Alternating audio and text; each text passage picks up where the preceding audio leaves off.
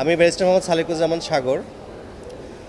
আপনারা সবাই জানেন যে ঢাকা ওয়াসা তারা বিশুদ্ধ পানি সরবরাহ এবং পয় নিষ্কাশন এই দুইটার দায়িত্বে তারা আছেন। তো এখন কিন্তু আমাদের পানি মিটারে কিনতে হয়, মানে পানি যতটা ইউজ করা হয় মিটারে সেটার বিল উঠে যায় কারেন্টের মতো। তো আমি যদি একটা এক্সাম্পল দেই যে একটা 10তলা বাসার প্রতি মাসে পানির বিল, পানি এবং পয় নিষ্কাশনের বিল প্রায় 28 থেকে 30 হাজার টাকার মতো চলে আসে। তো এই টাকায় আমাদের আসলে বিশুদ্ধ সুপেয় পানি পাওয়ার কথা। আমি যদি বলি যে বোতলড ওয়াটার পাওয়ার কথা, সেটাও ভুল কিছু হবে না।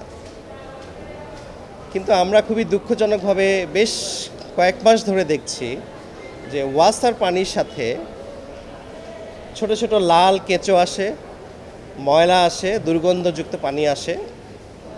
বিভিন্ন জায়গার বিভিন্ন নাগরিক যখন ওয়াসার কাছে যায়, তারা সম্পূর্ণ দায় এড়িয়ে বলেন যে আপনাদের ট্যাঙ্কি পরিষ্কার করতে হবে, আপনাদের ট্যাঙ্কিতে সমস্যা। ওনাদের কথা মতো যখন ট্যাঙ্কি পরিষ্কার করা হয়, কোনো ফলাফল পাওয়া যায় না, সেম সিচুয়েশান দাঁড়ায়। প্রথমত ওনাদের যে দায় এড়ানো, যে অ্যালিগেশন যে আপনাদের ট্যাঙ্কি পরিষ্কার করতে হবে, এটা একটা বেসলেস কথা। ঢাকার সবাই কি হুট করে ট্যাঙ্কি পরিষ্কার করা বন্ধ করে দিয়েছে?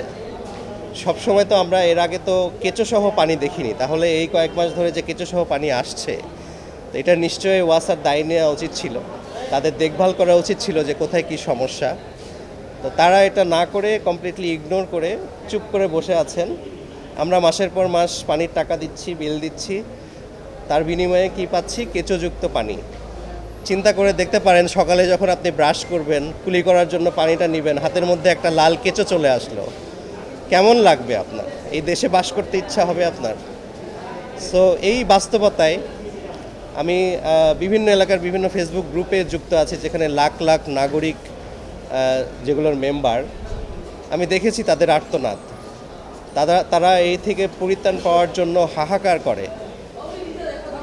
তো অনেক অপেক্ষা করেছিলাম যে নিউজ পেপারে কেন আসে না। যাই হোক, অবশেষে নিউজ পেপারের রিপোর্ট আপনারা করেছেন।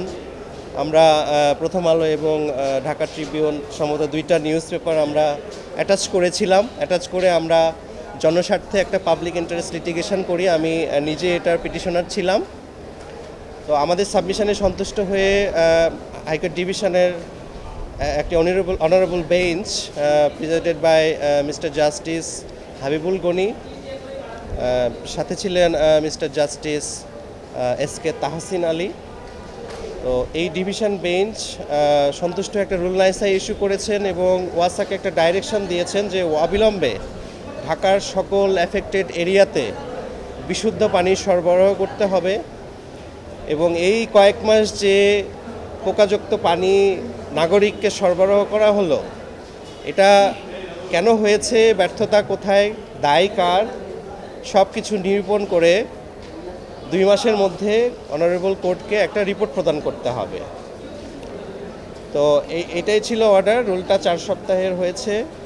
ডাইরেকশন সেটা হচ্ছে যে ইমিডিয়েটলি ক্লিন ওয়াটার সাপ্লাই করতে হবে এবং 2 মাসের মধ্যে রিপোর্ট প্রদান করতে হবে যে ব্যর্থতা কেন ছিল এবং এখন তারা যে ক্লিন ওয়াটার প্রোভাইড করছে তার সপক্ষে রিপোর্ট প্রদান করতে হবে। রুলের টার্মটা হচ্ছে যে আপনার ওয়াসা কর্তৃক পোকাযুক্ত এবং কন্টামিনেটেড ওয়াটার সরবরাহ করা, যেটা মানব স্বাস্থ্যের জন্য চরম ক্ষতিকর, এটাকে কেন অবৈধ ঘোষণা করা হবে না।